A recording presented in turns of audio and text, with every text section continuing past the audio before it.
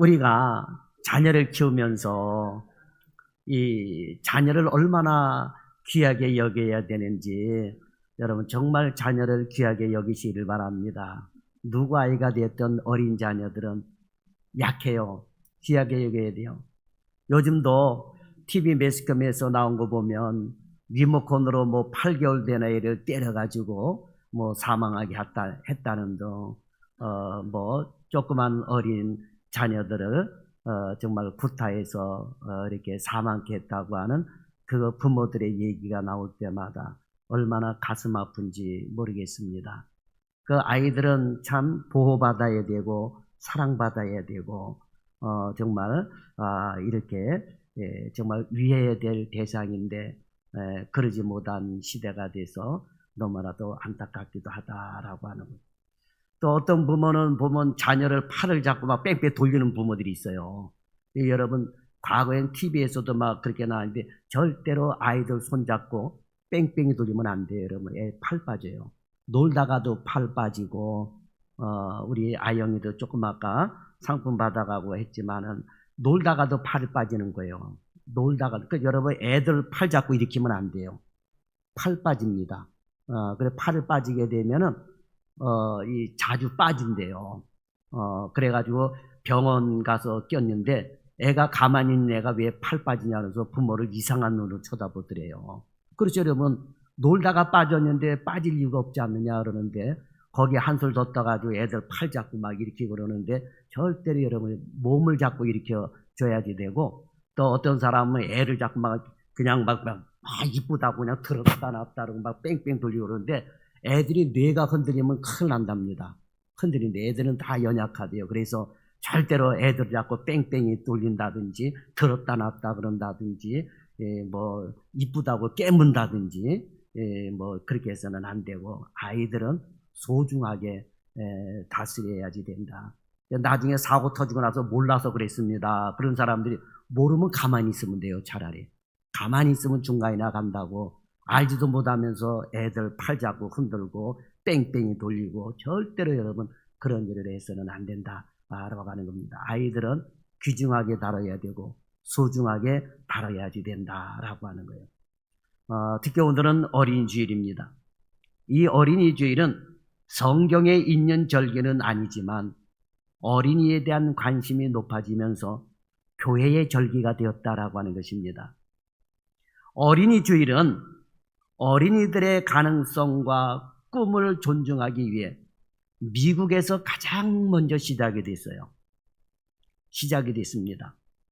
1856년 미국 매사추세츠주의 유니버셜리스티 제일교회라고 하는 교회에서 이 레오날드 목사님이라고 하는 분이 제일 처음 6월 둘째 주일을 어린이 주일로 지킨 이래 1868년 미국 감리교회에서 6월 둘째 주일을 어린이 주일로 기념일로 정했습니다.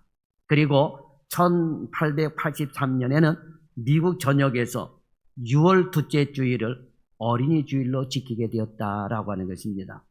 오늘날도 미국을 비롯한 세계의 여러 나라들은 6월 둘째 주를 어린이 주일로 지키고 있습니다. 이처럼 6월 둘째 주가 어린이 주일로 결정된 것은 1년 중 꽃이 만발한 가장 아름다운 시기가 바로 이 6월 둘째 주 이 시기여서 푸르고 아름다운 어린이들의 이미지와 가장 잘 연결이 되기 때문에 미국은 6월 둘째 주일을 어린이 주일로 이렇게 지키고 있다라고 하는 거예요. 유럽의 많은 교회들도 그렇습니다. 보통 6월 둘째 주일을 지키고 있습니다. 우리나라에도 기독교가 들어온 이래 초창기 이 한국 기독교 사회에 보면 6월 둘째 주일을 어린이 주일로 지켰습니다. 6월 둘째 주일을 어린이 주일로 지키다가 1956년 5월 첫째 주일을 어린이 주일로 변경해서 지키고 있습니다. 그래서 미국이라든지 다른 유럽 사회에는 보통 6월 둘째 주일을 이렇게 어린이 주일로 지키고 있는데 우리나라는 6월 둘째 주일로 지키다가 이렇게 5월 첫째 주일로 어린 주일로 이렇게 지키게 되었습니다.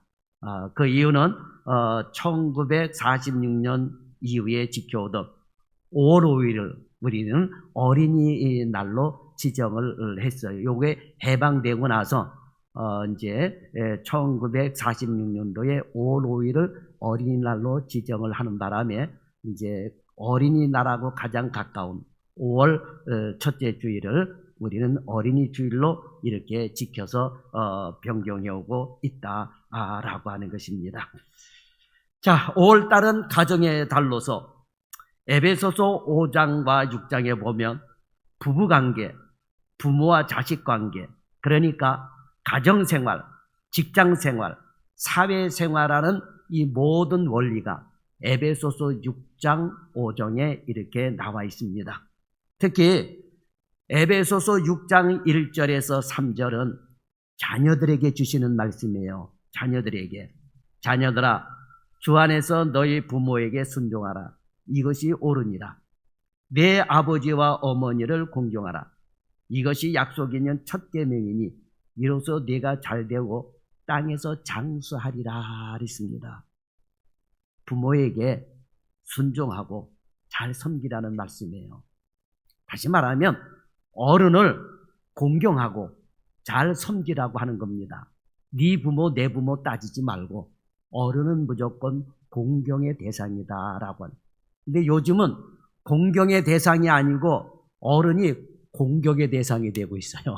그죠? 어른이 뭐라 그러면은 왜 남의 일에 상관이냐 뭐 이러면서 어른을 공경하는 것이 아니라 공격하라고 하는 거예요. 공격하라고. 이게 얼마나 이 세대가 악합니까?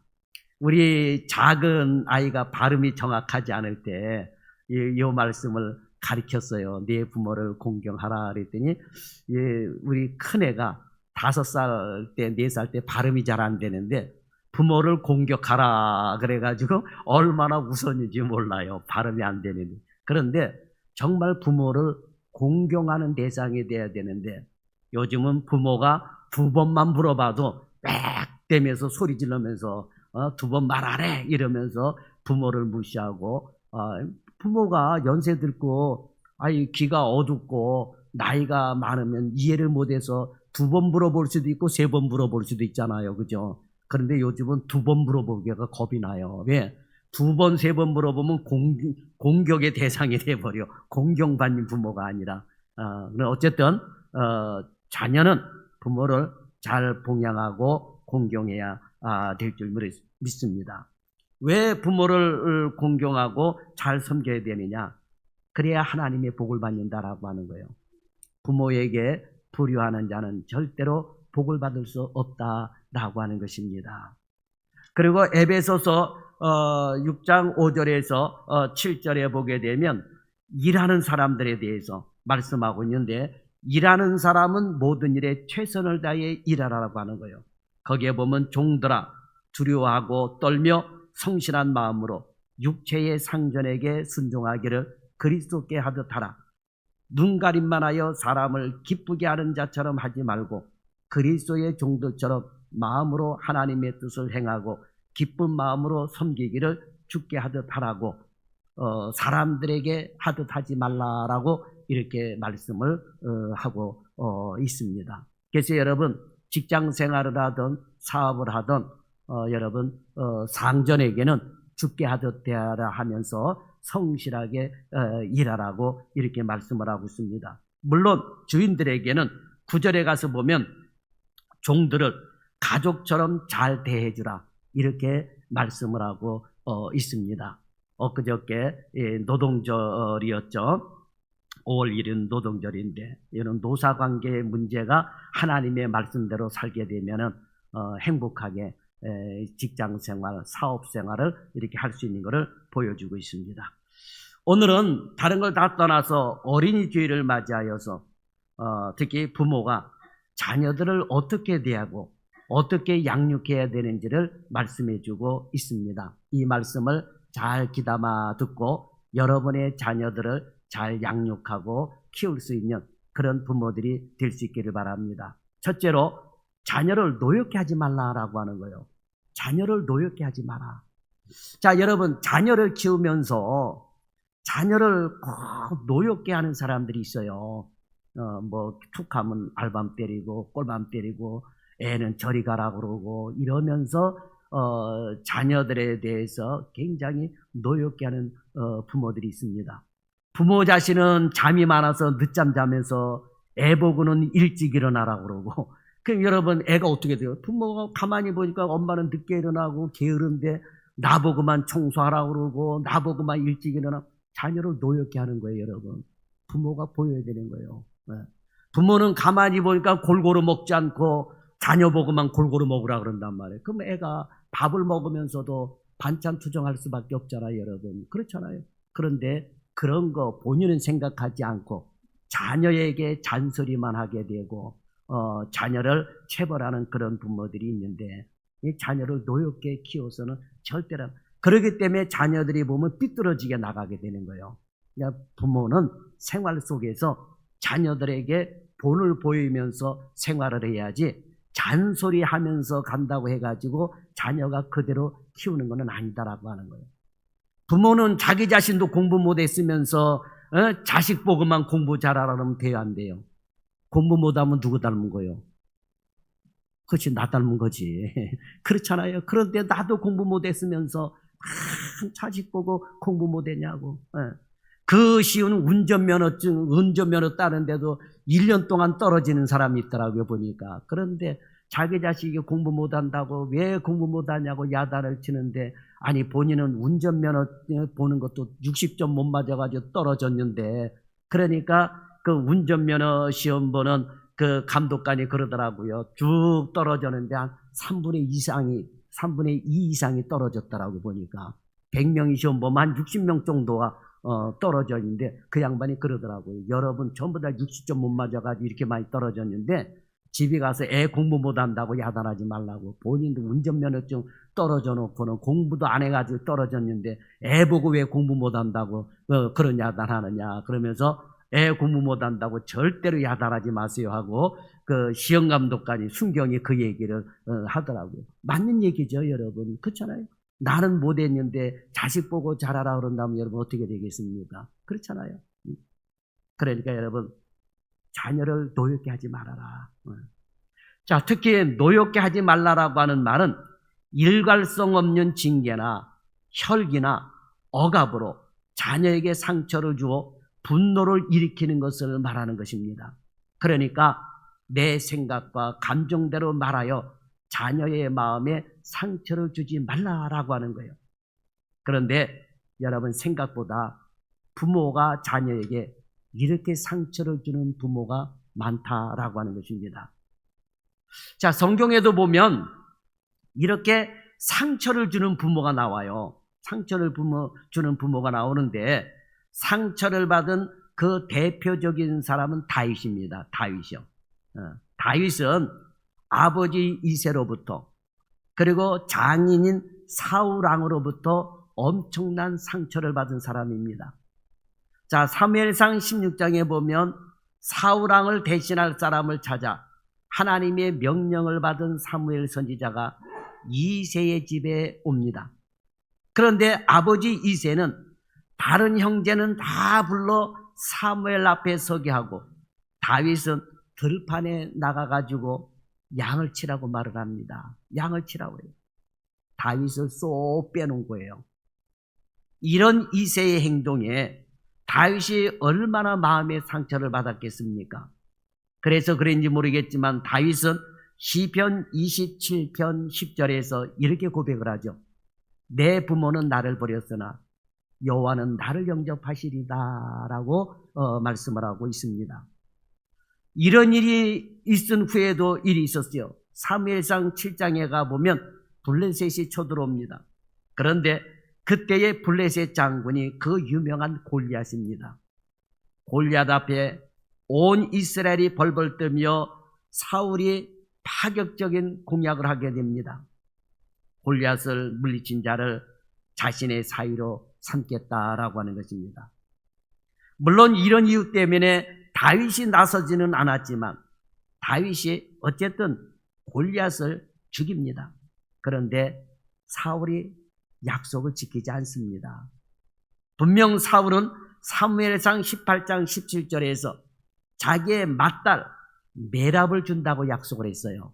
골리앗을 죽이고 사위에서 삼겠다 그러고 그 다음에 맏딸 메랍을 딸로 주겠다라고 약속을 했습니다. 그러나 이 핑계 저 핑계를 대더니 맏딸 메랍을 무홀라 사람 아드리엘과 결혼을 시켜버립니다. 그러니 여러분, 다윗이 얼마나 상처를 받았겠어요. 그리고 결국은 이 사울왕이 다윗에게 둘째 딸인 미갈을 줍니다. 미갈과 결혼을 시켜요. 그런데 사울이 다윗을 죽이려 하자, 그러니까 장인이 사위를 죽이려 한 거예요. 그러자 사울을 피해 다윗이 도망가자 이번에는 둘째 딸 미가마저 갈림 출신의 발디와 결혼을 시켜버려요. 뭔 장인이 그렇습니까, 여러분? 그렇잖아요. 요게 사무엘상 25장 44절에 나오는 거예요. 그러니 다윗이 얼마나 상처가 여러분 컸겠어요. 나라를 구한 그런 영웅에서, 그리고 왕의 이 사위가 됐는데 세상에 장인이 자기 아내를 빼앗아 가지고 다른 사람에게 줘버립니다. 얼마나 마음의 상처가 됐는지 다윗은 사울이 죽은 후 사무엘하 3장 14절 이후에 보니 미갈을 다시 찾아와요. 이게 상처가 참 얼마나 기가 막힐 노릇입니까? 이렇게 다윗은 아버지 이새와 장인이었던 사울왕으로부터 마음에 엄청난 상처를 받았던 겁니다. 그러나 다윗이 고백한 대로 하나님이 그 마음의 상처를 치유해 주셨다라고 하는 것입니다. 자, 그런데 여러분, 우리의 자녀가 다 다윗과 같지 않아요. 여러분, 우리의 자녀를 이렇게 이새처럼 또는 뭡니까 사울처럼 여러분 장인이 그런 짓 해봐요. 얼마나 사위가 분노를 느끼겠으며 여러분 그 장인 장모를 받아들이겠습니까? 아버지를 받아들이겠습니까? 아버지가 나한테 한 게 뭐 있냐 이러면서 형만 위했지 나한테 한 게 뭐 있냐 이러면서 할 텐데 여러분 전부 다 다윗과 같은 마음을 갖지 않는다라고 하는 거예요. 우리의 자녀가 직접 하나님께 위로와 치유를 받을 수는 없습니다. 그래서 하나님은 부모된 사람들에게 자기의 감정이나 기분대로 일갈성 없는 징계나 혈기, 억압으로 자녀의 마음에 상처를 주지 말라라고 하는 거예요. 자녀를 노엽게 하지 말라라고 하는 거예요. 그런데 이상하게도 부모들은 자녀를 키우면서 잔소리를 많이 하는 부모들이 있어요. 이렇게 해라 저렇게 해라. 부모가 얘기한 대로 이렇게 해라 저렇게 해라 해서 해봐요. 그러면 누구 닮아요? 자기 닮는 거예요, 여러분. 그렇다니까는요. 더 이상 뛰어넘지를 못해요. 더 이상 뛰어넘지를 못합니다. 죄송하지만 만만한 게 우리 조영선 권사님이니까 맨 앞에 앉아있고 그러니까 내가 얘기지만 조영선 권사님이 딸이 없으니까 내가 얘기요. 딸이 있는데 앉혀놓고 딸 보고 요렇게 해라 저렇게 해라 야 이렇게 해라 음식은 이렇게 해라 저렇게 해라 하면 누구 닮겠어요? 음식 솜씨도 똑 닮을 수밖에 없어요. 왜? 본인이 가르쳐줘 요렇게 해라 저렇게 해라 그거를 못 뛰어넘는 거예요. 뛰어넘지를 못하는 거예요. 조영선 권사님이 딸이 없으니까 다행이지 딸 갖춰놓고 이렇게 해라 저렇게 해라 그래서 여러분 딸은 누구 보고 데리고 가라 그랬어요? 엄마 보고 데리고 가라 그러잖아요. 엄마 보고. 왜? 엄마 수준을 못 뛰어넘어요. 왜? 엄마가 늘 그 자식을 놓고 잔소리하거든요. 잔소리하단 말이야. 그러니까 더 좋은 사람을 만나고 배울 수 있도록 길을 열어줘야 되는데 그렇지 못하고 내 마음에 안 든다고 야 이렇게 해야지 저렇게 해야지 이러면 나하고 똑같은 사람 만들어 놓는 거예요. 그냥 나를 뛰어넘지를 못하는 거예요. 그러니까 자녀가 답답하니까 여러분 노여할 수밖에 없는 거죠, 여러분. 그렇지 않습니까? 그래서 여러분 자녀를 하나님의 말씀에 입각해가지고 그 말씀으로 가르치고 그러면서 여러분 하나님의 사람으로 만들어 가야지 엄마 아빠의 사람으로 만들어 가서는 안 된다라고 하는 것입니다. 부모가 자녀를 양육하면서 상처를 주지 않아야 하지만 상처를 만약에 주었다고 한다면 부모가 먼저 풀어줘야 돼요.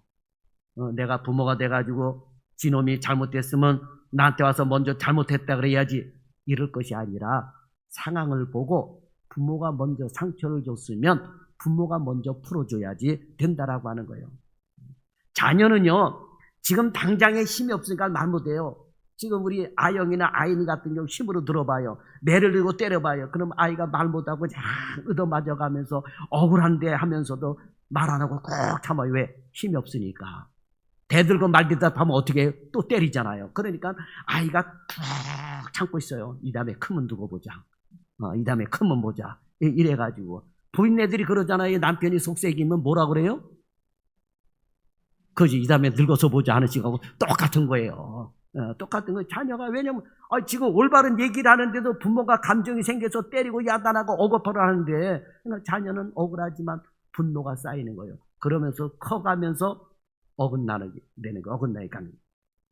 그러니까 여러분, 부모가 자녀에게 준 상처를 풀지 않고 가게 되면 나중에 자녀가 컸을 때 관계가 틀어져 버린다라고 하는 거예요. 그래서 할 수 있으면 즉시 여러분 풀고 가야 돼요. 상처를 준 일이 있으면 풀어야 돼요. 얘기하면서 여러분 풀어야지 됩니다. 그거를 끝까지 합리화시키면서 네가 매 맞을 짓을 했으니까 네가 야단 맞을 짓을 했으니까 야단 맞았지, 매 맞았지 이래가면서 하면 안 되고 상처가 됐다 그런다면 잘 풀어주는 부모가 돼야 된다. 그래야 아이가 소통이 돼요. 그렇지 못하게 되면 커서도 애하고 대화가 단절이 돼버린다니까요. 대화가 단절이 돼요. 지금 우리 아영이가 키우면서 아영이 얘기를 하지만은 이 아이가 지금 질문이 많아요. 어떨 때 귀찮을 정도로 질문이 많습니다. 질문이 많아요. 요게 뭐야? 저게 뭐야? 질문이 많아요. 요때 얘기를 해줘야 돼요. 부드럽게 야, 그건 알아서 뭐해? 이렇게 눌러버리고, 야, 귀찮아, 물어보지 마라. 나중에 물어보든지, 너 엄마한테 가서 물어보든지, 네 아빠한테 가서 물어보든지, 이렇게 해버리면 애가요, 안에서 자기를 무시했구나 해가지고 상처가 돼요. 노염이 있습니다. 그러면 그 후에는 어떻게 해요? 궁금해도 안 물어봐요. 입 딱 닫아버립니다. 커가면서 부모하고 입 딱 닫아버려요. 부모가 뭘 물어봐도 엄마도 아빠도 내가 뭘 물어봤는데 대답 안 했는데 스마트폰만 하면서 그냥 마음의 문을 딱 닫아버립니다. 그러니까 여러분, 자녀들이 뭘 물어보고 대화 나눌 때 귀찮더라도 자녀하고 대화를 할 수 있는, 마음의 문을 열고 대화 나눌 수 있는, 그래서 여러분 마음의 문이 닫히지 않도록 해야 된다라고 하는 거예요. 그래서 자녀하고 대화 나누면서 풀어야지 되는데 그 푸는 방법이 뭐냐? 말을 들어보고 상처를 받았다고 한다면 부모라 할지라도 자녀에게 미안하다 사과하면서 풀고 갈 수 있는, 그래서 그런 화목한 가정을 여러분 만들어 가야 되는 거예요. 부부관계도 마찬가지예요. 여러분, 부부가 왜 상처를 받습니까? 여러분, 자기 얘기만 하니까 상처를 받게 되는 거예요. 왜 자기 주장만 합니까? 여러분, 생각이 다른데. 저도 물론 결혼 처음 하면서 우리 집사람하고 많이 싸웠어요. 천사 같은 우리 집사람인데도 30년 동안 이게 자라오고 결혼했으니까 마음이 안 맞잖아요. 초창기 때는, 신혼 때는. 근데 그 신혼 때 좋을 때에 많이 다퉜어요. 왜? 생각이 안 맞고 음식도 안 맞더라고요. 보니까 음식을 안 맞아. 나는 닭고기를 죽어도 싫어하는데 우리 집사람은 닭고기를 죽어도 좋아해. 그러니 여러분 음식이 안 맞잖아요. 그러니 나는 닭고기만 하면 숟가락 내려놓고 안 먹어버리는 거예요. 이렇게. 그러니 여러분 음식 자체도 이렇게 안 맞으니까. 그런데 우리 집사람이 고쳐가더라고요. 불쌍하더라고요. 요즘은 혼자 가서 먹고라도 오라고 이렇게 하고 그러는데, 이런 안 맞는 부분들이 있단 말이에요. 그런데 이런 안 맞는 부분을 가지고 남편을 꺾으려고, 아내를 꺾으려고 막 이래버리면 안 돼요. 저 처음에 결혼할 때는 그런 얘기를 하더라고요. 이 밥상 한번 엎어야 된대. 친구들 얘기나 남자들 얘기가 밥상 한번 엎어가지고 그 다음에 이 한번 엎으면 부인이 꼼짝을 못 한대. 그래가지고 밥상 몇 번 엎어가지고 집안이 난리 나고 이혼한 사람들이 있어요. 이혼한 사람들이 있습니다. 어떤 그 여전도사님은 처음 결혼했는데 남편이 자기 길을 죽이려고 밥상을 엎어버리더래요. 그래가지고 이 전도사님은 그 엎어놓은 밥상에 밥그릇을 아예 질근질근 그냥 밟아서 다 깨트려 버렸대요. 그냥 그 다음부터 밥상을 안 엎으더래요. 예. 예. 그러니까 여러분 왜 그런 일들을 하느냐라고 하는 거예요. 예? 서로가 대화를 나누고 상처가 되는 일이 있으면 풀고 그래야지. 아내가 남편 위에 있고 남편이 아내 위에 있으려고 해서 여러분 됩니까? 그렇지는 않다라고 하는 거예요. 부인과 아내는 순서가 있지만 여러분 평등한 거예요. 동등하지는 않습니다. 여러분 그걸 아시 동등한 것과 평등한 것은 달라요. 네. 동등한 것은 지위, 힘, 능력 이런 것을 똑같이 할 때 동등이라고 그럽니다. 동등이요. 그런데 남자와 여자는 어떤 차이가 있습니까? 하나님이 남자를 먼저 만드셨고, 그죠? 남자가 힘이 더 강해요. 능력이 있습니다. 이게 동등하지 못하기 때문에 그래요. 그래, 평등은 뭐냐? 우리가 똑같은 삶 속에서 똑같이 인정받고 대접받고, 똑같은 이 평등이요. 그러니까 남편은 그걸 아셔야 돼요. 남편은, 그 아내들하고 평등하다. 내가 남편이 우월하다. 남편이 위다. 이래가면서 우월감을 느낄 것이 아니라 이 남편과 아내는 평등한 위치다. 남편이 질서상에 있어서 위지만 그래서 냉수 한 그릇을 떴었을 때는 남편을 먼저 드리고 남편이 위지만은 그러나 평등하다. 이런 생각을 가져야지 된다라고 하는 거예요. 동등한 것과 평등한 것은 이 차이가 있다라고 하는 것입니다. 그래서 여러분 자녀들과의 관계도 마찬가지예요. 자녀들과 부모의 관계는 동등할 수가 없어요. 그죠?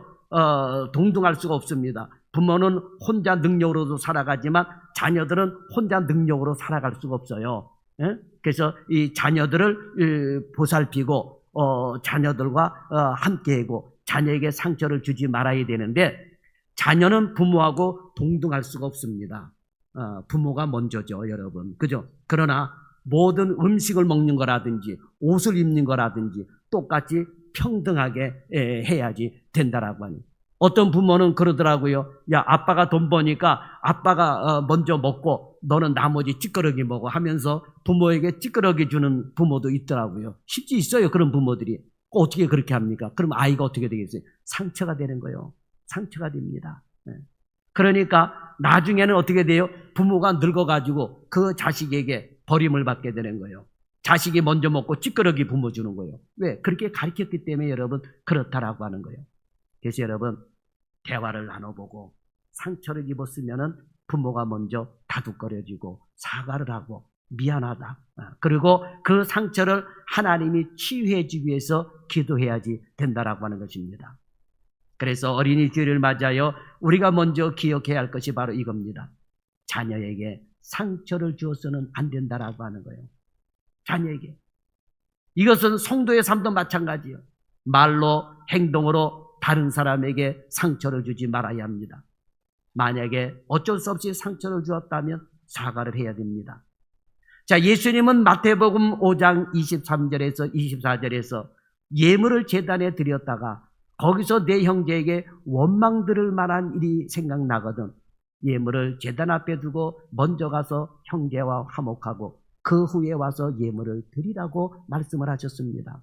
그러니 다른 사람에게 상처를 주고 해롭게 하는 일은 삼가해야지 된다라고 하는 것입니다.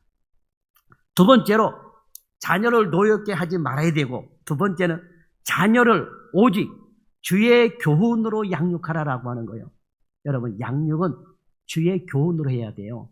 근데 오늘날에는 이 자녀들을 교훈으로 양육하지를 못하고 전부 다 학원으로 가서 그냥 클리어 그러잖아요. 학원, 음악학원 보내, 태권도 학원 보내, 수학학원 보내, 영어학원 보내 이러면서 자녀들을 뺑뺑이 학원을 보내가지고 자녀들이 집에 들어오면 그냥 녹다운 돼가지고 자기 바쁘고 이런단 말이에요.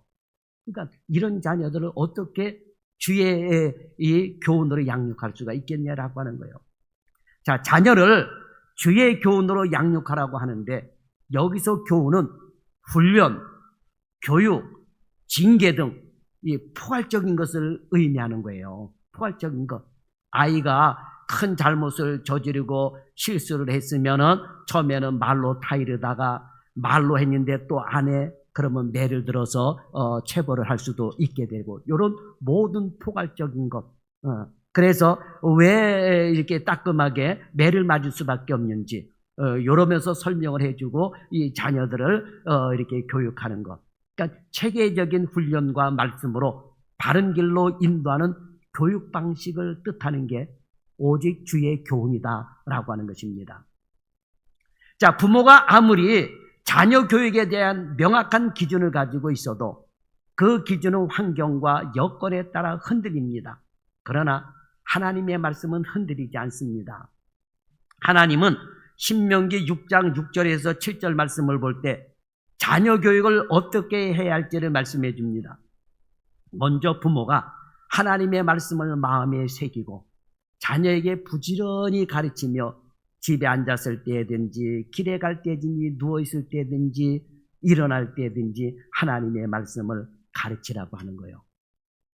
자, 자녀에게 하나님의 말씀으로 교육할 때에 먼저 본인이 하나님의 말씀을 마음에 새기라고 하는 거예요. 본인은 하나님의 말씀을 마음에 새기지도 않고 그냥 나오는 대로 잔소리하고 나오는 대로 야단하고 그냥 매질을 하다가도 매를 때리다가도 그냥 감정에 그냥 의해서 그냥 매를 회초리를 때리다가 나중에 야구방망이를 때리는 부모도 있고 심지어는 자기 자녀를 골프채로 때린다고 하는 그 부모도 있는데 자녀를 골프채로 때리면 어떻게 되겠어요, 여러분? 그렇지 않습니까? 그러면 안 되는 거예요, 여러분. 하나님의 말씀으로 가르치고 양육해야 되는 거예요. 그런데 사람들은 그렇게 하지 않습니다. 말씀으로 자녀를 교훈하거나 양육하지 않습니다. 말씀보다는 세상의 기준으로 하려고 해요. 그런데 이 세상의 기준은 자꾸만 변합니다. 그러니 세상을 따라갈 수밖에 없는 거예요. 그러다 보니 세상에서 지위도 올라가고 돈도 버는데 부모의 기대와는 달리 하나님은 섬기지를 않습니다. 주의 교훈으로 하나님의 말씀으로 자녀를 양육하지 않았기 때문에 세상에 나가서는 출세하고 잘 되는지 모르겠지만은 커가지고는 교회를 안 나오게 되는 거예요. 그러니 얼마나 여러분 마음이 아픕니까? 여러분 가운데 어린 자녀가 있다면 말씀으로 자녀를 교훈하고 양육하시기를 바랍니다. 유대인들은 그래서 여러분 애들이 만 5세만 되게 되면 그때 여러분 회당에 데리고 가가지고 그때부터 말씀을 외우게 하고 말씀을 가르치잖아요. 여러분 그렇게 합니다. 만 5살만 되게 되면은 그때부터 하나님의 말씀으로 양육을 하고 있다라고 하는 거예요. 그러나 만약 여러분의 자녀가 다 커서 이제는 가르치는 것이 불가능하다고 한다면 자녀가 말씀으로 살아가도록 기도하고 있어요. 기도하시면 됩니다. 건강 달라고, 돈 많이 벌게 해달라고, 출세하게 해달라고, 좋은 남편과 신랑감 만나게 해달라고 기도하는 것보다 말씀으로 살아가게 하는 것이 더 큰 기도의 제목이 되어야 될 줄 믿습니다. 자녀가 말씀으로 살아가도록 기도하시 바랍니다. 이것이 여러분 우선이에요. 나머지는 하나님이 책임져 주실 줄 믿습니다. 그러면 오늘 여러분은 자녀들을 위해서 무엇을 기도하고 있습니까? 아마도 어떤 분은 자녀를 위해서 기도 자체를 안 하는 사람도 있을 겁니다. 그런 분은 지금부터라도 반드시 기도해야 됩니다. 그리고 기도하는 분들은 자신의 기도 제목을 살펴보십시오. 내가 자녀를 위해서 무엇을 위해서 기도할지 생각해 보십시오. 기독교 역사상 성 어거스틴에 대한 유명한 일 하나가 있죠. 아마 여러분도 많이 들어서 알 겁니다. 어거스틴의 어머니가 누굽니까? 모니카라고 하는 여성이에요. 그런데 아들 어거스틴이 16살에 가출을 해버려요. 16살에 가출해버립니다. 요즘도 이단 같은 데 빠져가지고 가출하는 자녀들이 많죠. 이단들 조심해야 되겠죠. 그런데 이 어거스틴이 16살에 가출해가지고 마니교라고 하는 이단에 빠집니다. 마니교. 그 당시 이 마니교가 굉장히 유명했거든요. 거기에 빠져가지고 사생아까지 나요. 10세 때 사생아까지 낳게 됩니다. 탕자예요, 탕자. 근데 어머니는 이 어거스틴을 위해 심히 걱정하고 괴로워했다 그럽니다. 그때 눈물로 기도하는 자식은 망하지 않습니다 라는 암브로시우스의 주교의 설교를 듣고 교회 마룻바닥이 눈물로 썩을 때까지 16년을 기도했다라고 하는 거예요. 16년을 울며 불며 자식을 위해 기도했습니다. 세월이 흘러 32살이 된 어거스틴은 로마서 13장 13절 말씀에 충격을 받아 주님께 돌아옵니다. 그리고 중세의 바울과 같은 인물로 변화가 됩니다. 고대 사회에는 바울이 있었던가 하면 중세 시대에는 이 어거스틴이라고 하는 위대한 인물이 있었습니다. 32살이면 그 당시에 나이가 많은 척에 꼈습니다. 그런데 돌아옵니다. 돌아와요. 모니카는 아들을 위해 기도의 울타리를 쳤던 겁니다. 어거스틴은 어머니의 사랑과 훈계의 낯을 피하여 세상으로 나갔습니다. 그리고 타락을 했어요. 그러나 어머니의 기도의 낯은 피할 수 없어서 결국 하나님께로 돌아오게 되었다라고 하는 것입니다. 그러니 여러분, 혹시라도 믿음을 버린 자녀들이 있더라도 결코 포기하지 마십시오. 기도의 눈물을 뿌리십시오. 그러면 반드시 돌아오게 되어 있습니다. 그러나 지금 중요한 것은 주의 교훈으로 양육하고 주의 말씀대로 기도하는 겁니다. 그러니까 지금 중요한 것은 어린 자녀들 주의 말씀으로 주의 교훈으로 하라라고 하는 거예요.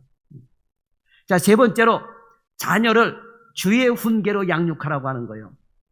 자, 훈계라고 하는 말은 헬라어 원문에 이렇게 그 내용을 보게 되면 마음에 두고 경고하고 견고하라라고 하는 그런 뜻입니다.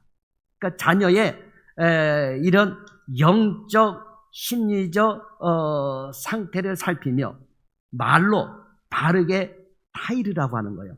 일단 훈계라고 하는 것은 말로 잘 타이르라고 하는 것입니다. 자, 그런데 말로 타이르라고 하니까 계속 모든 일에 말로 하고 교훈을 하는 사람이 있습니다. 그런 방법은 자녀의 귀만 막게 돼요. 여러분, 계속 자녀를 말로 얘기해봐요. 자녀가 귀를 닫아버려요. 나중에는 귀를 닫아버립니다. 그래서 모든 일에는 지혜가 필요합니다. 만약 어린 자녀가 있다면 분명한 말씀으로 기준을 세워줘야 합니다. 주의 훈계로 양육하는 거예요. 잘못된 길로 가면은 그렇게 가면 안 된다. 그렇게 해서는 안 된다. 이렇게 야단을 말로서 해야 되는 거예요. 그러니까 주의 훈계로 양육을 하는 거예요. 그런데 자녀가 커서 이미 부모 품을 떠났습니다. 그런데 신앙생활을 하지 않습니다. 이때 부모가 신앙생활을 다시 잘하라고 말을 하게 되면 자녀들은 잔소리를 듣게 돼요. 안 듣습니다. 그러면 어떻게 될까요? 분명 장성한 자녀이지만 사람이기 때문에 때로는 힘들고 어렵고 고난 일을 만나게 됩니다.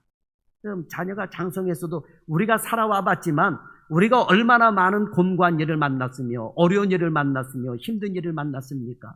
지금 자녀는 내가 능력이 있고 힘이 있으니까 부모의 말이 귀에 안 들어와요. 그런데 살다 보게 되면 큰 질병에 걸릴 수도 있고 어떤 일에 실패할 수도 있고 어떤 일에 여러분 문제가 생길 수도 있다라고 하는 거예요.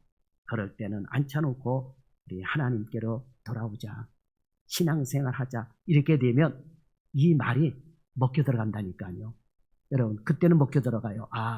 내 힘으로 지금 한참 젊었을 때 30대 때는 내가 다 할 수 있을 것 같아. 우리도 그랬잖아요, 여러분. 다 할 수 그런데 어떤 큰 일이 닥쳐서 내 힘으로 할 수 없을 때 그때에 하나님께로 여러분 돌아와야 된다. 라고 하는 것을 여러분 가르쳐야지 된다. 라고 하는 것입니다. 반드시 여러분 인간은 어려운 일을 만나게 되어 있습니다. 늘 성공한 일만 가는 것이 아니에요. 여러분 힘든 일을 만나고 어려운 일을 만나고 여러분 난관에 봉착할 때가 있다라고 하는 거예요. 그럴 때에 우리 하나님께로 돌아오자, 하나님께로 기도하자 하게 되는 거예요. 그러니까 그때가 주의 훈계를 들려줄 때다라고 하는 거예요. 그리고 내가 만난 하나님, 네 부모님이 만난 하나님, 그런 이야기를 들려주는 겁니다. 자녀가 장성하여 나이가 든 부모가 되었다는 것은 별별 상황을 다 겪어보았다는 뜻입니다. 부모도 때로는 어려운 일을 당하며 지금까지 왔다라고 하는 거예요. 그거를 겪어주면서 내가 하나님을 믿었기에 여태까지 이렇게 올 수 있었다 하면서 여러분 가르치는 것입니다. 자녀도 살다 보면 반드시 어려운 일을 당할 때가 있습니다. 그럴 때 하나님이 나를 어떻게 도우셨는지를 담담하게 이야기해주고 있는 거예요. 사람이 어려운 일을 당하고 고난을 당하고 위로가 필요하면 누군가를 의지하려는 마음이 반드시 생긴다라고 하는 거예요. 여러분, 그럴 수밖에 없어요. 가끔 제가 말씀을 드렸지만 우리 교회가 건축하고 처음 들어왔을 때에 어떤 군인 아저씨가 들어와 있었어요. 군인 아저씨가 들어와가지고, 목사님, 제가 그 부인이 남편이 지금 대위인데 소령을 달아야 되는데 목사님 기도해 주세요. 이렇게 얘기하더라고요. 그 문제에 부닥쳤을 때도 기도해 주세요. 그러더라고요. 그런데 이 기도의 제목을 보니까 뱃살 들어가게 해달라는 기도요. 남편이 배가 나와가지고 뱃살이 나오면 진급이 안 된대요, 군인들은. 그러니까 뱃살 들어가게 기도해 주세요. 아이고, 그 당시에 목사님 배에다 올려놓고 안수기도 해주세요. 안 했길래 다행이에요. 뱃살 빼려면 어떻게 하면 돼요? 그치, 정답을 알고 있네. 정답을, 제가 뱃살, 운동해서 뱃살 좀 빼세요. 그랬더니 뭐냐면, 운동을 안 해요, 내 남편이. 그럼 어떻게 해요, 여러분? 진급되기 위해서라도 빼야 될 것 아니에요, 힘들게. 근데 그게 그냥 빠지겠습니까, 여러분? 그냥 안 빠지지. 그렇잖아요. 그러니까 여러분, 내가 할 수 있는 거는 내가 하고 힘들어도, 그렇잖아요. 기도해서 하나님의 도움이 필요할 때는 기도해야지 된다라고 하는 것입니다. 여러분, 사람이 어려움을 당하고 고난을 당하고 위로가 필요하면 누군가를 의지하는 마음이 반드시 생기는 것입니다. 그럴 때에 신앙 있는 부모가 신앙 없는 자녀를 위해서 얘기를 하고 신앙으로 돌아오게 한다면 그때에 성령님이 역사해 주신다라고 하는 거예요. 그러면 어려울 때에 그 자녀는 귀담아 듣는다라고 하는 것입니다. 그러니까 훈계는 자녀의 영적, 심리적 상태를 살피며 말로 바르게 타이르는 것을 의미하는 것입니다. 그런데 주의 말씀을 들려주라고 훈계한다고 하니까 시도 때도 없이 밤낮 그냥 아침 먹을 때나 점심 먹을 때나 저녁 먹을 때나 계속해서 얘기하고 떠들게 되면 자녀가 어떻게 되겠어요? 마음을 닫아버려요. 더 강박해지게 된다라고 하는 겁니다. 그래서 여러분, 지혜가 필요합니다. 분명 부모가 자녀를 신앙적으로 권면하는 말 자체는 선한 말이고 꿀송이 같은 말이고 살리는 말입니다. 그런데 그 말도 잘 써야 되는 거예요. 아무 때나 막 쓰면 안 된다라고 하는 것입니다. 그러면 약효가 없습니다. 오늘은 어린이 주일입니다. 어린 자녀가 있는 분들, 어린 자녀가 없는 분이든 자녀를 노엽게 하지 말고 오직 주의 교훈과 훈계로 지혜롭게 잘 양육시키기를 바랍니다. 그래서 자녀를 믿음의 사람으로 키워갈 수 있는 지혜 있는 부모들이 될 수 있기를 예수님의 이름으로 축원합니다. 기도하겠습니다. 아버지요, 오늘은 어린이 주일입니다. 우리 어린아이들을 귀하게 여기고 소중하게 여기고 생명의 말씀으로 잘 양육해 갈 수 있는 그런 부모들이 되게 하여 주옵소서. 어린 자녀가 있는 분이든 어린 자녀가 없는 분이든 자녀들을 노엽게 하지 말고 오직 주의 교훈과 훈계로 지혜롭게 잘 양육해 갈 수 있는 우리 부모들 되게 하여 주옵소서. 오늘날 우리가 이 세상에서 먹고 살기 바빠서 어린 자녀들을 말씀으로 키우지는 못하고 내 마음대로 키우며 살아왔습니다. 그 결과 수많은 자녀들이 성장하여 범죄의 길로 빠져들고 있습니다. 오늘 어린이 주일을 맞이한 이 시간에 우리 어버이들은 우리 자식들을 또 손자 손녀들을 어떻게 기르고 있는가를 다시 한번 마음속에 깊이 생각하고 잘못 기르고 난 다음에 와서 자식 농사 잘못해서 가슴을 치고 통곡하며 탄식하는 일이 없게 하여 주옵소서.